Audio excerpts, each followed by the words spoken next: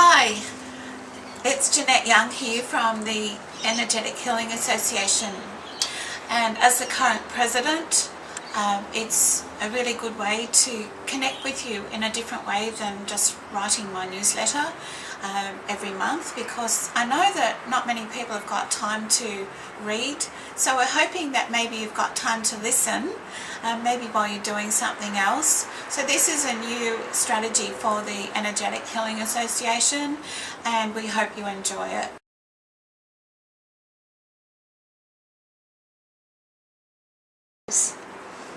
Well, it's interesting because I can actually feel my body responding to the words as you're saying them, and so even that in itself is actually reinforcing, I guess, one of the major messages of not only the physical trip that I've just been on, but the whole journey of energetic healing, because the essence of it is around feeling the feeling rather than trying to think about what I feel, working out what I feel and what I think I should do, rather than actually allowing myself to be so fully in the experience of being where I am that the thinking actually vanishes, and the feeling that comes is now so clear that the fear has actually disappeared, if that makes any sense at all.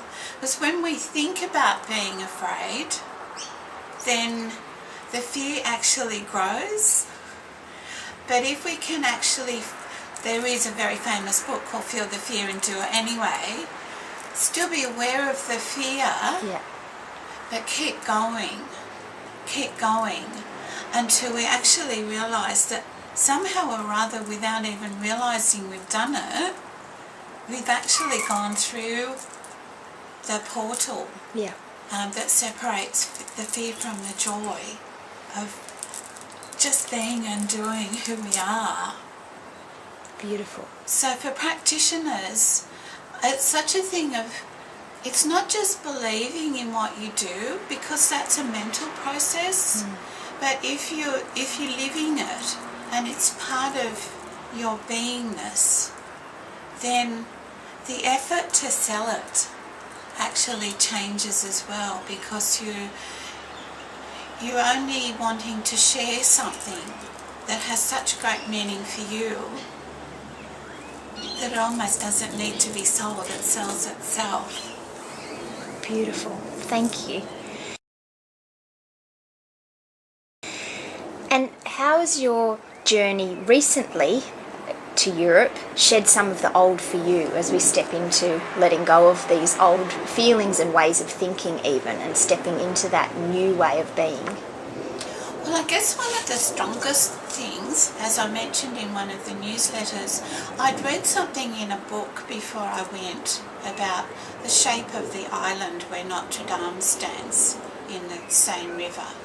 And when I read it, I felt a little something in my heart that went, oh, that's interesting, and I wonder if when I'm there that I could have time to actually go and sit in that park that's mentioned in the book and see what happens. And so sometimes that means like following something that it's a mercurial thought, it's just a wondering. And as I said to the people that I was with, well, nothing might happen, I have no idea what might happen, but the only way to discover is to go and see.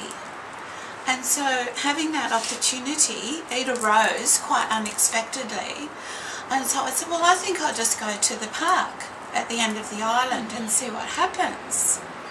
And it was going into that park and standing there like I was on the prow of the ship that brought that feeling of, gosh, we're pioneers. We're actually sailing into uncharted waters. And then what came to me was, I am so delighted that I've actually followed this funny little hint that I got, reading the book before I went, without any idea what it might bring. But it's no harm to go and check it out. And so that was a really big encouragement for me to take notice of those little kind of whispers that come in, if you like. Those little, the universe is putting little guideposts there for us, whether we take them up on it or not. Like, it's our choice. And so, throughout the trip, there were situations that arose like that, where I could have ignored something, or I could have felt, and I could feel a lot of energy even as I'm saying this, because I chose to actually run with it. Then there was a revelation that came that was so important. I then could wonder, well, how could I have not have followed, the feeling to actually take action? Yeah. Yeah, it was so clear. Yeah. So clear. And the rewards were so great at the end. The rewards were so great, and they came in funny ways as well, because some of them, and this is very much, the whole thing of the energetic healing journey for people who are questing for learning, is that often the learning comes in the form of discomfort, which we don't want. We sort of want, we just want to feel the bliss, we want to feel happy, we want to feel well. And we don't recognise that the bits that are making us feel uncomfortable are just as important, and probably even more, than the bits that immediately make us feel good. Yeah. Because we have to sit and look at them and go, well, what's this? What is this actually showing me? Because it seems incongruent to, the rest of the sort of reason why I'm here. Yeah. But when we're forced to ask a question, because it's not going the way we think it's supposed to go, then we've got a really big opportunity to learn something that we mightn't have learnt otherwise. It's not always what we think we're here to learn, that our guides and our guardian angels and the universe has got a little extra something, up the sleeve, and go, well, have a look at this and see what you do with it. Definitely.